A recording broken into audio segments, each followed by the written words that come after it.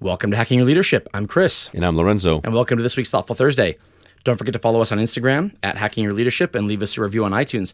On this episode, I want to talk about an article I saw on Forbes in their leadership section by Amy Blashka. It's called 5 Reasons Why the Best Leaders Do This When They Make a Mistake. And this being owning up to it right away. This kind of like hit me in exactly the right time because I just went through something with a person who is a leader, not my leader directly, but a leader that I work with. They made a mistake, and they definitely didn't, kind of nefariously try to cover it up. I think that does happen sometimes, but they didn't go that route. What they did do was kind of just hope nobody found out, just kind of like glossed over it and moved past it and then started doing the right thing on their own, but didn't acknowledge that it had happened to begin with until someone called it out. And there was this moment of kind of sheepishness or kind of egg on the face when that happened, because the way it was called out by an employee who their goal in life is to do exactly that, to call out when they see issues happening like this. And so it was like they were just salivating over it, like, oh my gosh, I finally, here's my moment to shine. I get to call somebody out, right? And that doesn't go well for a person who has done exactly what this leader did. And this isn't a bad leader. They just erroneously thought, I can gloss over this and no one's going to find out. And the article just kind of popped up at exactly the right time for this, because the admitting something and calling out your own mistakes, even if you are 99.9% sure that if you didn't call it out, no one would ever find out, is the right thing to do. And I want to know if you have any opinions on this, because there could be times when you make a mistake and it's like, shit, I don't want to admit to that, right? Oh yeah, I have opinions on this. It happens to all of us, and we do it all the time. There are definitely times when you're just like, oh, that was probably a mistake, and like, let's just see how this one rolls, right? Right. And if it's not noticed, if it's not necessary, it's no big deal. I think so. Like, I'm guilty as charged. We all do it, Right. And sometimes it works out to your benefit. You make a mistake, and then it works out great, and then you're just like, oh, well, that went well, unexpectedly, right? But I think that in the heart of this and the idea here is just that element of self-ownership and self-awareness. And then, the funny thing is that I've actually shared mistakes that I've made that nobody would have ever known. Like did something, and I'm like, let me tell you what I did yesterday when I was by myself on my computer. I saw this and I did that. And then and it's like, I don't even have to tell anybody. Right. But I think that's the point of this article, is like being in a place where it's not only okay to make mistakes, it's expected in life.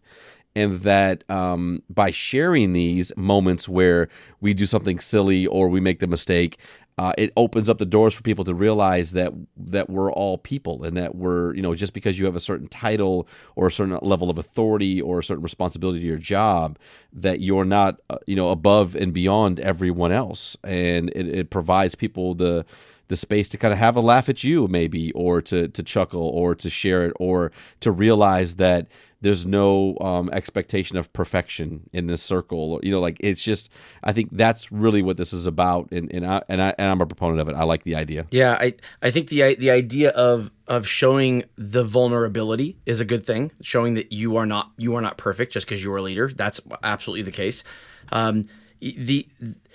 If you think about not situations where you're alone, where you are 100% sure no one will ever find out because it's a mistake that you were able to rectify before anybody had visibility to it anyway, that's fine. But the ones where there's a possibility for someone to find out, and there's this kind of like this moment, this crossroads where you get to where it's like, I can go to the left or I can go to the right here, and in one way I choose I'm going to say nothing and hope that no one will find out, because the consequences to them finding out are real.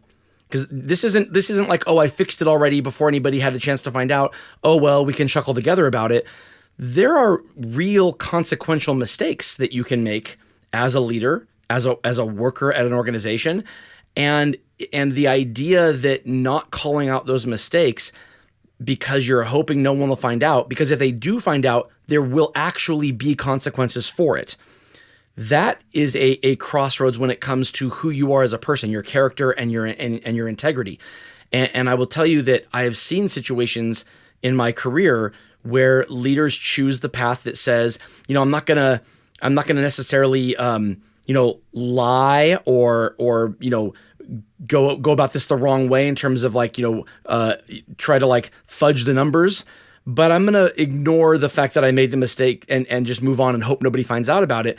And when they do find out about it, because it's not an if, it's a when. When people do find out about it, the consequences to the mistake are typically the same as they would have been had you owned it at the beginning. But the consequences to your personal brand and your relationships are significantly higher when people find out on their own than when you own it or admit it on your at the beginning. And those are the consequences that should matter more to you if you are a leader of people, because your influence over people and your ability to lead them, it will depend so much more on their opinion of you and whether or not they can trust you, whether or not they think you're vulnerable, whether or not they think you're approachable, those things, than whether or not you make mistakes. Whether or not you make mistakes is a given. It's assumed you're going to. And so your ability to lead people is not predicated on whether or not you make them. You just don't make the same one over and over and over again.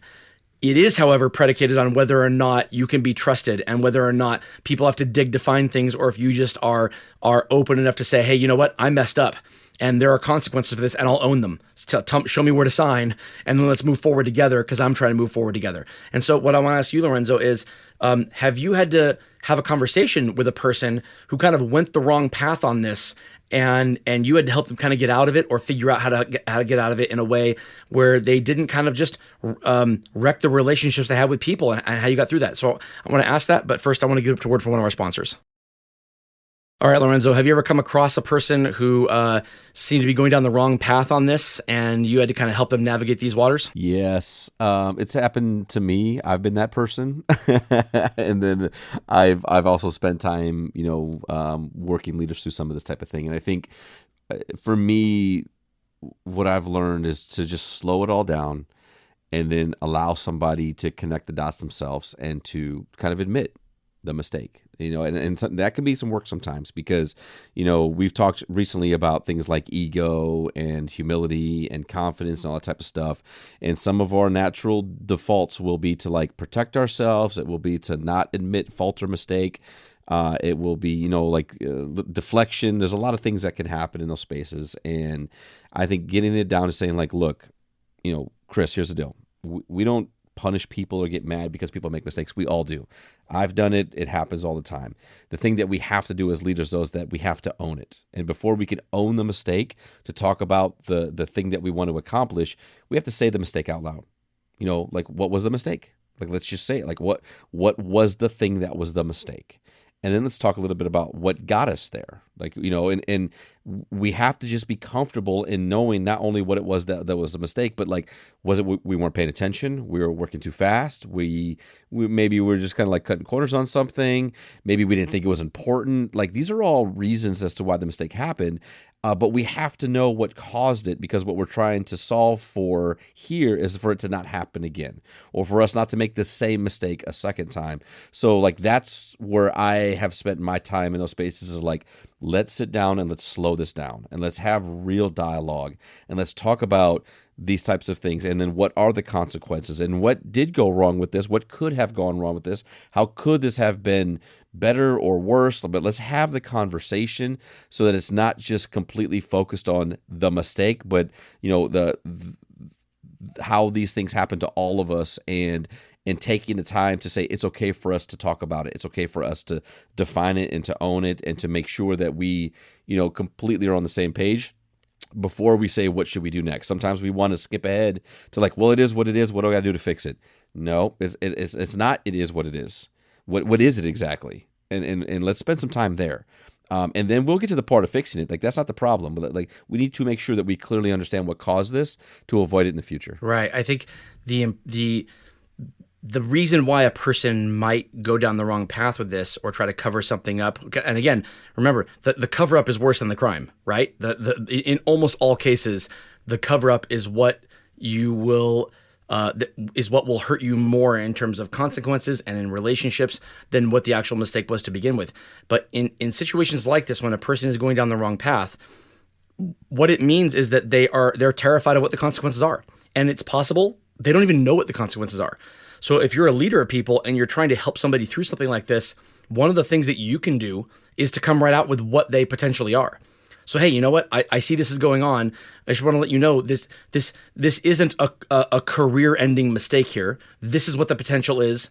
Let's move forward with it. Just kind of getting it out there, saying the words of what could happen here. What are the potential options here? The pathways here can lend clarity to the person you're talking to about what those outcomes might be, and letting them kind of work through that, because people will build up these monsters in their head about what the potential consequences are.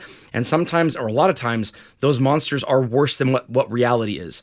And so you can help a person through these things by making sure they understand what the potential fallout from this is here, but also what the potential fallout is if they don't just come clean and make it right away, versus versus kind of like doubling down, because that's when mistakes can really harm you. So yeah, I agree. This article is spot on about it. It showcases your true leadership colors when you can come clean about something, even if the likelihood of somebody finding out is low, and even if you feel like the consequences are high with people finding out, or it's going to hurt you, you're going to have egg on your face, whatever it is, it doesn't matter. Come out and say it, because you are disarming you're getting rid of the ammo against you by putting it out there. It's the celebrity who talks about something embarrassing because the story about the embarrassing thing is the one that everybody salivates over. No, get rid of it by saying it yourself, and there's no story left. There's nothing to talk about. And I think you can't go wrong as a leader if you go that way. Absolutely. And with that, it brings us to the end of this episode. This is Hacking Your Leadership. I'm Lorenzo. And I'm Chris. And have a great day.